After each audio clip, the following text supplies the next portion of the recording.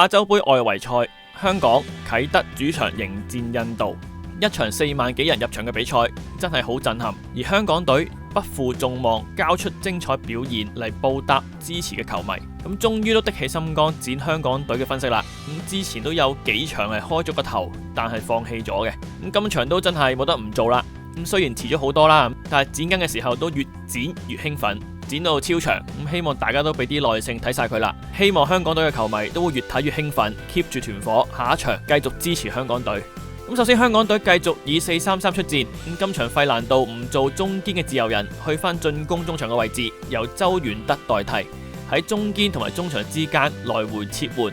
咁左右閘陳俊一同埋余子南，防守中場陳俊樂，兩個進攻中場費蘭道同埋祖連奴，翼鋒均為翼足嘅球員，左邊李小恆，右邊孫明謙，前鋒老將洛迪古斯。咁照牌面上嘅排陣，香港隊打單防中4-3-3，以印度為雙防中嘅陣式，即係類似4-2-3-1嘅陣式。咁但係香港球迷都知道西木會將一名中堅壓上去到防中位置啦。今場就係周元德進攻嘅時候喺中後場形成3中堅雙中場，而費蘭道、祖連奴則分別企喺左右兩邊 half space， 嘗試處於防線之前中場身後嘅虛位去攞波。當周元德升上一格打雙防中，由於印度係打一名進攻中場，喺中場上邊可以有人數上嘅優勢，而印度3箭頭可以對翻3中堅嘅時候，如果印度要防守釘人嘅話呢，必須用多一名中場中嘅球員上前去對另一名防中陳俊樂。咁但可以見到印度中場唔敢壓上去 mark 落仔啦，因為費蘭道、祖連奴正處於中場線後兩邊嘅 half space， 如果壓得太上就會暴露防線前面嘅空位。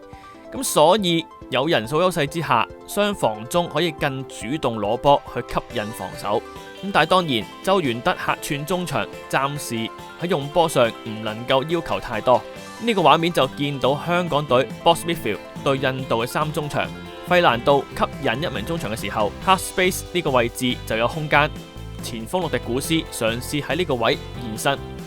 兩隊3中場嘅排位剛好成為鏡像，印度3中場嘗試 man mark 香港3中場，咁前鋒洛迪古斯 drop deep 嘅時候就有空位啦。咁費蘭道突然喺左路成功突破擺脫一名中場嘅時候，印度就得翻一名中場喺尾處嘅位置，形成3打2。祖連奴、孫銘謙前插拉走防線嘅時候，洛迪古斯反而留後喺 cutback 位，祖連奴回傳都好靚，係追身咗少少啫，令到洛迪古斯要夾硬戳個波炒波底高出咗。兩隊3中場為鏡像嘅企位，所以防守上香港隊亦都可以喺中場進行人釘人。印度4-2-3-1依靠進攻中場去組織，陳俊樂就可以專心釘防，逼佢向邊走。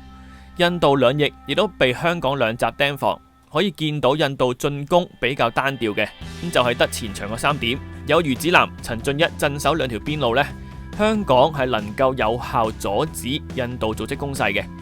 即使印度有進攻機會，前邊3箭頭都會被港隊防線釘死，進攻中場都出唔到波，焗住去帶，俾機會緊纏住佢嘅陳俊樂攔截，一個轉守為攻嘅機會。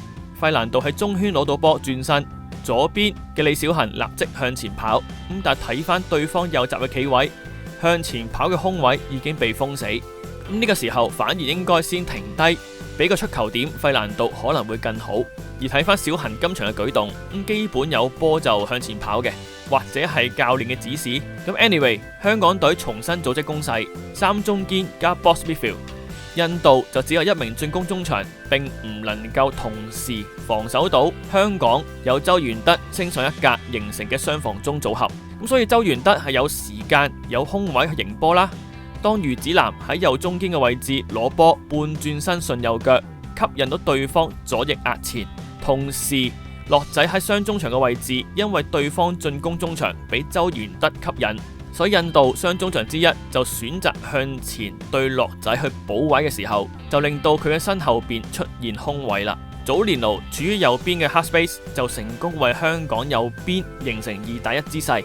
當孫銘謙成功攞到波，吸引對方右閘離開位置，處於 half space 嘅祖連奴立即往右閘嘅空位移動，吸引到對方嘅左中場移後去補位，同時都因為處於左邊 half space 嘅費蘭道一直牽制住另一名中場，加上周元德，印度三中場係各自俾香港嘅 box midfield 所吸引，所以陳俊樂就可以成為冇人看管嘅中場啦。兼且中場中間出現一大片空位，咁陳俊樂未必需要走近孫銘謙幫波嘅，反而拋開喺中間少少接應，可以更快轉到邊嘅。不過孫銘謙自己內切中間嘅空位都 OK， 呢個時候印度中場被逼阻止孫銘謙繼續推進，而孫銘謙只要傳俾費蘭道轉身呢，其實已經形成2打1噶啦，係一個黃金機會。不過孫銘謙可能心急咗少少，決定自己傳俾靠邊嘅李小恒，但係又俾唔穿，就浪費咗呢次咁靚嘅組織。咁香港隊三中堅喺後邊提供到穩定嘅出球點，同時可以吸引對方逆風上前，中場就有更多空位，所以兩集做左右中堅嘅時候，兩邊都能夠順腳轉身將皮球踢前就非常重要。再次見到港隊 box midfield 嘅戰術效果。兩邊攻擊中場，拉開印度雙中場防守。當對方進攻中場靠近陳俊樂嘅時候，周元德就會成為 free man 啦。呢個時候，如果李小恒早少少從邊線現身，就可以接應短傳，再利用吉咗出嚟嘅周元德。相信就係 Westwood 用翼足翼鋒其中一個原因。咁但係李小恒嘅走位比較單調，經常想利用速度爆底，咁對方就好容易預判到。咁翼足另一個特點就係自然會內切。好似呢球孫銘謙趁祖連奴前插為佢帶走左閘嘅時候迎波，因為左腳嘅關係，佢自然就會向中間迎波啦。即使攞到波，都會進入到中路比較人多嘅範圍，咁反而可以嘗試拉闊啲現位，一攞波就可以用左腳傳中去到尾柱，或者用右腳半轉身黑 touch 向前落底都可以嘅。咁攻勢最終由費蘭道全失作結，咁港隊喺 final third 嘅表現仍然有好大進步空間。咁然後三中堅嘅戰術可確保港隊進攻嘅時候，最後至少有3名防守球員。面對單箭頭嘅印度呢，至少唔會輸快速反擊先。咁而且壓前嘅周元德聯同陳俊樂可以更早喺中場施壓，唔俾對方直接向前，爭取時間俾球隊由攻轉守。費蘭道、祖連奴可以捉翻對方雙中場，而周元德返回中堅位置嘅時候，陳俊樂亦要盡快返回單防中嘅位置。咁樂仔喺呢方面係不遺餘力嘅，喺球場另一邊翻到嚟補位。同時李小恒亦都喺最前跑翻嚟助手，今場佢都跑好多嘅，嘗試限制對方傳回中路嘅選擇，而樂仔再逼佢向邊路推進，俾陳俊一包抄。咁進攻嘅時候，仍然見到一隊進攻中場可以牽制對方雙防中啦。咁特別費蘭道後撤將對方中場拉走嘅時候，印度 half space 係明顯出現空位嘅。咁呢個時候，翼足嘅翼鋒應該要發揮作用啦。李小恒右腳攞波就可以內切去空位，前鋒洛迪古斯走斜線或者放落尾柱俾孫銘謙都 OK。咁最後陳俊一選擇硬闖呢，就有啲大貪啦。咁可以見到李小恒同埋洛迪古斯都有意識往同一個空位走嘅。當周元德從中堅升上一格嘅時候，見到印度球員仍然討論緊應該由邊個負責。雙防中嘅配置令對方進攻中場只能擇其一去防守。印度左翼收入嚟阻止嘅時候，又令到右中堅余子南有空位壓前。中場嘅人數優勢令到樂仔可以吸引到印度中場壓前防守嘅時候，右路祖連奴經常喺 half space 係會有空位嘅，聯同孫銘謙 overload 對方嘅左閘。余子南就選擇直接俾前鋒洛迪古斯，有啲冒險嘅，但幸運地俾孫銘謙反搶成功打穿到印度中場嘅時候，香港形成4打3姿勢。左邊李小恒、費蘭道亦都可以2打1，但係孫銘謙最後卻選擇遠射。再次 final third 嘅決定可以做好啲，而香港隊雙防中嘅配置比起單防中雙中堅可以更主動回收攻勢。咁香港隊組織嘅時候，中場有人數優勢啦，所以見到印度前鋒開始退後幫忙遮住壓前嘅周元德啦。咁但係同時亦都令到港隊中堅有更多空位同時間用波，兩邊進攻中場亦都可以拉開印度雙中場防守。前鋒洛迪古斯可以從中路空間現身攞波踢，亦都係 Westwood 揀洛迪古斯嘅原因啦。可以喺中間做到 hold up play， 追求更高嘅話呢，會希望香港2名防中進攻意識再積極啲。而洛迪古斯現身嘅時候，可以早啲預備攞波嘅動作，咁彈到是但一邊呢，再向前傳，就可以打穿到對方中場，直接攻擊防線。咁呢個陳俊樂係有意識做到嘅，但係仍然有待改善，起碼喺呢個階段有呢個意識呢，已經好好噶啦。希望之後會再繼續進步落去。咁再次見到港隊失去控球嘅時候，反搶反應非常快。洛迪古斯唔俾對方轉身，李小恆亦都有起動去捉對方回傳，逼門將大腳解圍。咁前鋒洛迪古斯再次喺中間主動現身，吸引到印度中場跟隨。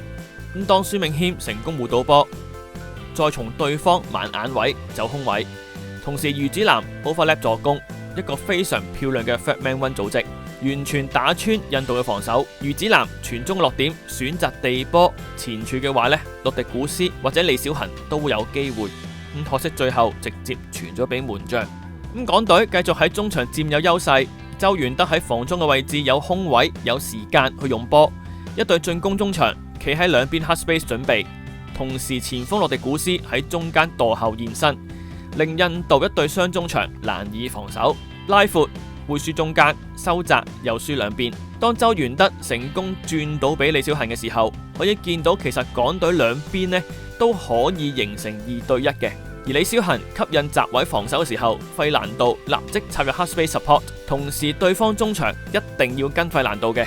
咁剛剛講過啦，Rashford 用翼足嘅翼鋒就係喺呢個時候發揮作用啦。當費蘭道拉走對方中場嘅時候，李小恆更應該利用機會內切中間空位，帶入中間，順右腳向禁區推進，先可以產生威脅。呢下夾硬塞俾費蘭道呢，只會進入死位。當失去控球嘅時候，亦都可以見到周元德壓上一格嘅作用。佢嘅 rest defend 位置可以立即喺中場向對方施壓。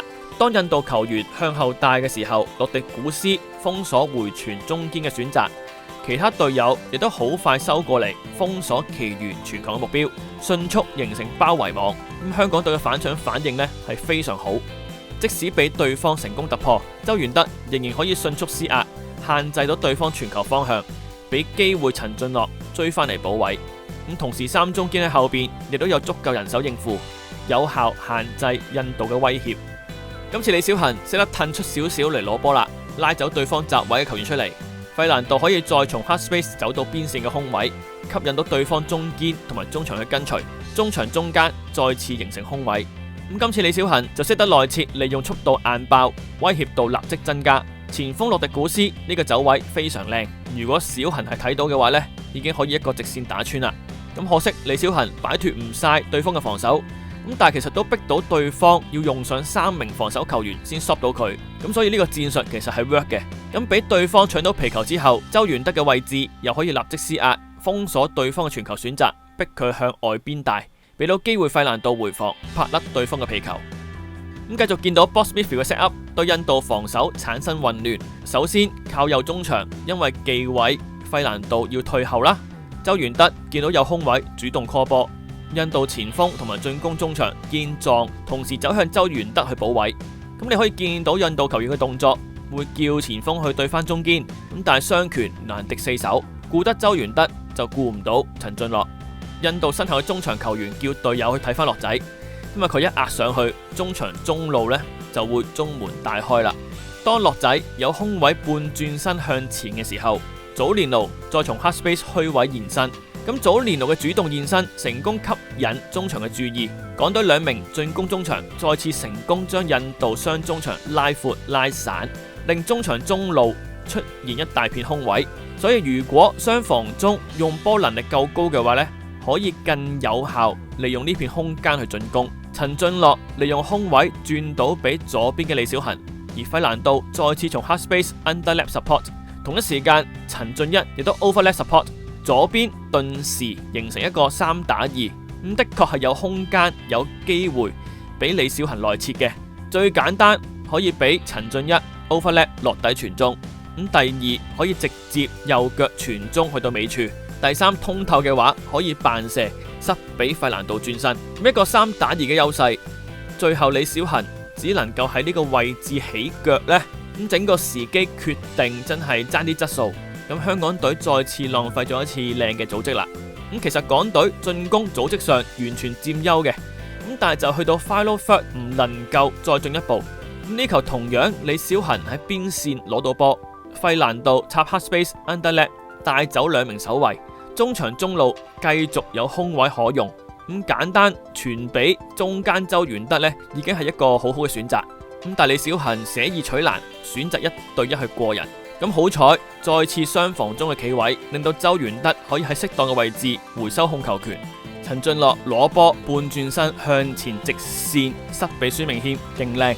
可惜孫銘謙用左腳攞咗入中間，俾對方包到。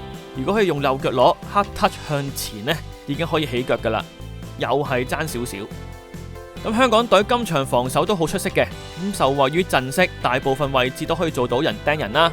而陳俊樂今場喺防守中場嘅位置非常搶眼，要防守有防守，要進攻有進攻。香港隊失咗控球權之後呢，印度原地係有人數優勢，有反擊嘅條件嘅。但香港隊反應好快，陳俊一起身立即施壓，唔俾對方向前。陳俊樂退後封翻最近短傳嘅選擇，而祖連奴亦都迅速收過嚟頂翻陳俊樂防中嘅位置，好快已經可以阻塞到對方2個反擊點啦。然後洛迪古斯同埋費蘭道再收窄去俾壓力對方，港隊喺對方禁區迅速形成包圍網，令對方冇短傳選擇，只能夠長傳。限制到對方選擇嘅時候，余子南就更容易預測到皮球嘅動向，成功攔截，阻止到印度一個反擊。今次費蘭道突然喺右側出現，聯同周元德引嚟印度雙中場防守，而費蘭道打中場箍到波，就有呢啲傳送睇啦。所以 Westwood 支持點解咁主張費蘭道打周元德呢個位呢？就係睇中佢有呢一點。當打穿中場，祖連奴同埋孫銘謙再次2對1對方嘅閘位，祖連奴插入 half space 帶走敵人，令孫銘謙有更多空位。而孫銘謙攞到波之後，繼續處於一個2打1嘅優勢。可惜最後傳中被封咗。今場陳俊樂喺中場嘅作用非常重要啦。首先佢同周元德作為雙防中，為香港隊第一道防線。失去控球嘅時候，需要第一時間作出攔截、回收球權或者限制對方進攻嘅方向。呢方面今場佢同周元德係做得唔錯嘅。第二，需要擔任埋組織工作。周元德中堅客串防中，防守上冇問題嘅。但係今場控球時間較多嘅時候呢，周元德喺呢方面嘅作用就明顯較弱啦。組織嘅重擔就落咗喺陳俊樂身上。呢球吊俾孫銘謙，心口控落嚟好靚。重點係呢球陳俊樂直接轉身 fit 過2個敵人，再搏到犯規呢，非常有功架。希望係可以 keep 住呢個狀態，繼續去進步，代替到費蘭道喺中場組織嘅工作。整場香港隊都做緊同一樣嘢噶啦，雙防中吸引對方其中1名中場防守，進攻中場就喺身後邊 half space 揾空位，俾到2翼嘅時候已經可以形成2打1。李小恒喺左邊其實好多波踢嘅，但係效果真係麻麻地，決定有啲慢。呢球可以第一時間彈俾費蘭道，冇彈到。第二、第三時間都其實仲俾到嘅。費蘭道 hard touch 其實已經去晒噶啦，但係最後佢卻選擇回傳，仲要俾人閘到。咁啱仲要彈到類似嘅直線俾費蘭道落底添，更加證明應該一早要俾噶啦。李小恒喺呢一方面嗰個經驗真係有待進步啦。所以李小恒半場已經被換走啦，換入艾華擔任左翼。整體發展同上半場一樣，印度用上2名中場防守香港雙防中，防中嘅位置得翻1個人，費蘭道喺 half space 出現，可以同艾華2打1對方嘅右閘。但係都係爭最後幾腳嘅處理。一樣啦，吸引到印度中場壓上中場線嘅附近，明顯出現空位。今次費蘭道 half space 攞波，吸引到對方中堅離開位置。當傳到俾艾華嘅時候，香港進攻形成3對2。即使印度裝越位，達洛迪古斯成功反越位嘅走位，可惜艾華比後咗少少，又係進入 final third 時候嘅失誤。整體嚟講呢，今場周元德壓上一格，效果係有啲驚喜嘅。由攻轉守嘅時候，由於佢企前咗，所以能夠第一時間俾到壓力對方啦，有效 delay 發出反擊，限制傳球嘅方向，為隊友爭取時間回防。例如呢一球逼到向邊發展，俾時間余子南回追，逼到印度要選擇，只能夠勉強向前傳。而最前面嘅印度只有前鋒1個，面對2名港隊守衛，仲要喺邊線呢，威脅非常有限。失控球權之後，雙防中已經可以喺中圈布防。陳俊樂俾到壓力對方，周元德喺側邊執到second波，隨即反擊。咁如果周元德喺中堅位就未必幫到樂仔啦。孫銘謙呢一腳睇到俾唔到，俾個彈地波就真係好難攞，又係喺呢啲位爭少少。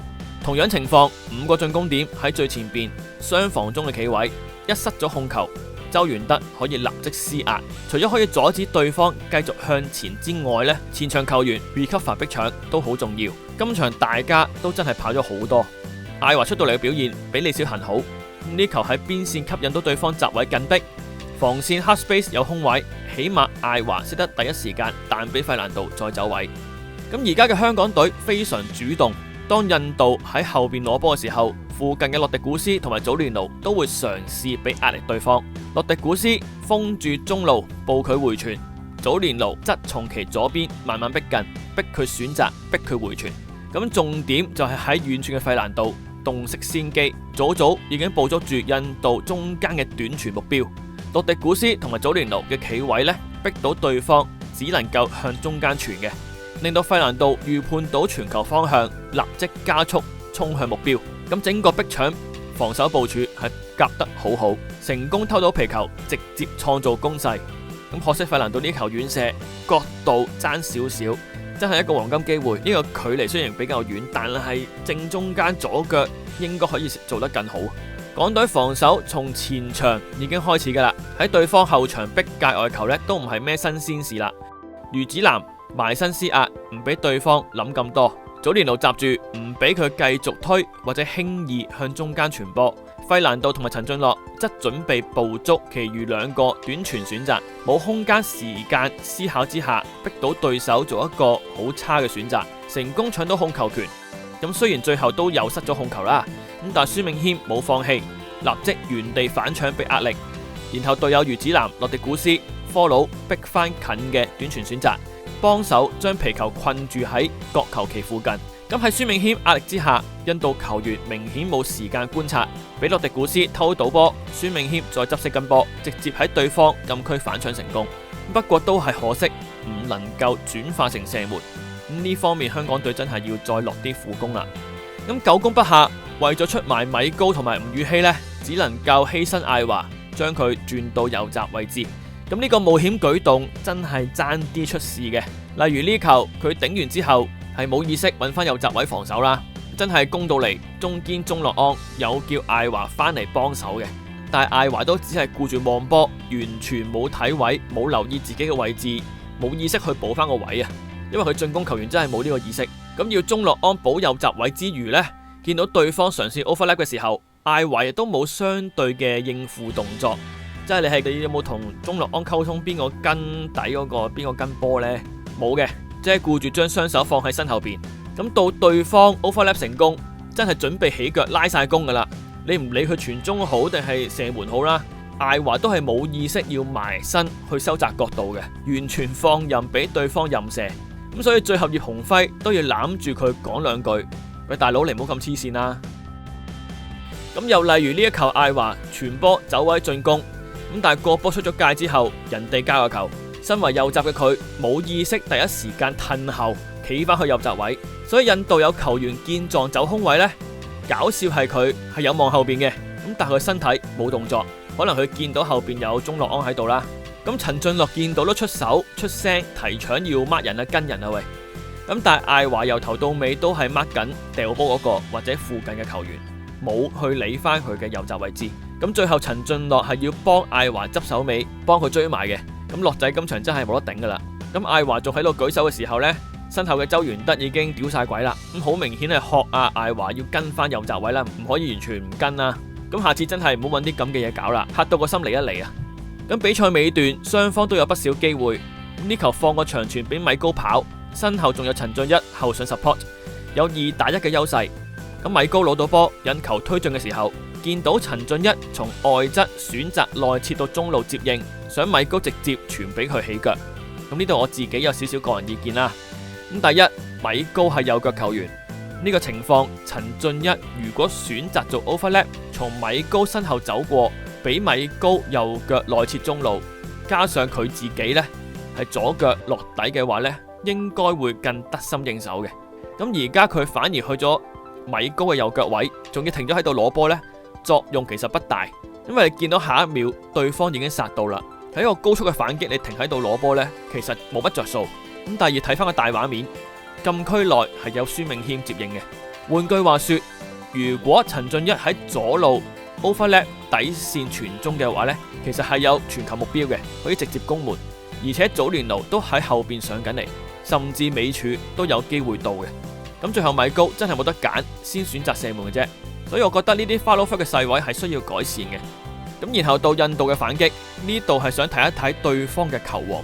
咁當時印度右路突破成功，咁留意佢嘅走位跑動，第一下係向遠處走到艾華嘅盲眼位啦。咁呢度都係好 typical 前鋒嘅走位，艾華有向後望，但係見唔到佢實際位置嘅。咁然後趁艾華唔注意望波嘅時候，突然變速變向走前柱。咁呢一下變向呢，艾華係完全跟得晒嘅。咁當然因為艾華唔係正宗嘅防守球員啦。咁不過呢，艾華跟甩咗之後呢，選擇包中間，真係唔可以話你錯嘅，但係有啲危險咯。咁但係重點，球王呢一下走位呢，真係教材級嘅，非常簡單嘅走動，但係個 timing、速度、位置都係頂級嘅。呢一樣嘢真係要學，因為佢鬥跑嘅話呢，一定唔夠艾華跑噶啦。直線跑嘅話，一打二搶到一個唯一嘅接應點，甚至係起到腳嘅。好彩鍾樂安夠腳長貪到嘅啫。咁如果唔係呢，真係有機會俾印度絕殺，咁真係喊都無謂啦。咁然後睇翻港隊呢一球情況係差唔多嘅啫，邊路成功突破，米高喺中路1對2要搶點嘅，去到禁區頂嘅時候，佢都有匿喺對方盲眼位準備嘅，然後改變方向搶前點，佢都有做到嘅。咁但係佢想去嗰點呢，俾對方中堅完全布晒，令到米高不知所措，企咗喺度。咁最後因為移唔到身，令祖連奴拖到最尾夾硬出，就俾對方封咗。咁呢啲真係經驗嚟嘅。咁當然對方中堅封位係好靚啦。咁但係見到呢個情況，米高可能要再拉遠少少，拉闊兩名後衛之間嘅距離，製造中間嘅空位，先突然轉向攝出嚟，接應急勁嘅地波傳中，穿過中堅同埋門將之間，然後 tap in。不過強調呢啲要經驗累積嘅。我哋而家喺上帝視角睇嘅係容易啦，咁但係喺比賽入邊，你點樣喺千鈞一髮嘅時間做到一個最啱嘅決定，走個最啱嘅位，幾時個時機、跑動路線、速度點樣做出嚟呢？真係經驗，即係睇翻上一球印度球王嗰個走動係真係浸出嚟嘅，即係講緊球員平時球會比賽嘅速率、強度達唔達到呢個水平，有冇咁多類似嘅機會俾佢犯錯，然後改正呢？佢踢波嘅環境逼唔逼使到佢諗嘢諗得快啲呢？咁呢個永遠都係香港隊需要面對嘅問題，即係唔係針對米高啊，係講緊所有港隊嘅成員啊，點樣提供到一個好高強度嘅環境俾球員成長呢？呢個係一個好重要嘅課題。咁最後顏國斌一個過頭波俾到米高搏到12碼，咁無可否認靠12碼贏波呢，有少少幸運成分嘅。呢一場嘅表現唔應該係要靠12碼贏嘅。咁但係3分以待，而且香港隊呢場嘅表現，個人覺得真係好好噶啦，我自己真係會俾10分嘅。唯一可惜真係唔能夠3波入到波啦。以上係有30條分析片段嘅，當中真係不乏進攻機會，佢基本上係見到大部分都係香港隊進攻畫面嚟嘅。組織上，印度基本上係阻止唔到香港，將個波運到 final third 唔難，係完成一個完整攻勢有困難。咁講緊係未到最後一傳或者最後一腳，係之前已經失咗個控球，導致今場真正威脅唔算太多，好多都係爭少少，完成唔到個射門。咁特別今場係攻勢集中左路，李小恆相對係浪費咗唔少嘅，而右路亦都相對較靜。咁如果艾華頓復出打返右路多個突破點嘅話呢，相信會好啲嘅。不過進步嘅都有好多，要讚嘅其實前面分析片咧都講晒噶啦。最基本係體能同之前呢有明顯嘅分別。以前對啲較強嘅隊伍呢，比賽尾段會感覺到球員係要捱嘅。咁但係今場甚至近幾場呢，都會見到係仲有體力去逼搶去進攻，攰嘅反而係對方。咁呢一個係真係一個好大嘅進步。咁然後基本功都會見到係實正咗嘅。咁或者今場印度俾嘅壓力唔算太大啦，令到香港隊多咗空間時間去用波。咁呢一樣都要俾 credit Westwood 係受惠於佢嘅戰術安排嘅。三中堅相逢中，今場係 work 嘅。咁暫時見到周元德喺中堅同埋防中之間嘅轉換效果算 OK， 起碼防守係交足功課。咁你要做到史東斯個效果，當然係不切實際啦。亦都解釋咗點解要用費蘭道打呢個位啦。喺呢個位用波組織先係主菜。咁但係費蘭道唔係長遠嘅解決方法啦。咁但係如果長遠嚟講真係要咁用嘅話呢，相信周元德用波現位上要再下啲苦功啦，或者睇下揾唔揾到新嘅球員做到呢個工作啦。因為呢個位置其實真係難嘅，英超都揾唔到邊幾個係真係稱職噶啦。咁其餘位置都睇得好稱職嘅。咁特別要講外流兵經過出面嘅磨練，翻到嚟嘅表現呢係真係有進步嘅。咁雖然只係話中超或者中甲啦，咁但係成效係有目共睹。長遠希望多啲球員可以外流啦，唔一定係中超中甲嘅，希望去其他國家都更好啦。同時港超聯都爭下氣啦，聯賽嘅強度再提升先幫到香港隊練兵嘅。不過今條片都講咗好多啦，再講就會離題噶啦。咁我哋留翻下次先講啦，好唔好？咁記得 CLS 如果想睇多啲香港隊嘅分析，記住留言話我知。覺得好睇好正嘅，而能力又許可嘅話，歡迎加入會員或者利用 Super Fans 喺下邊留言支持理性分析嘅工作。咁我哋下條片再見，拜拜。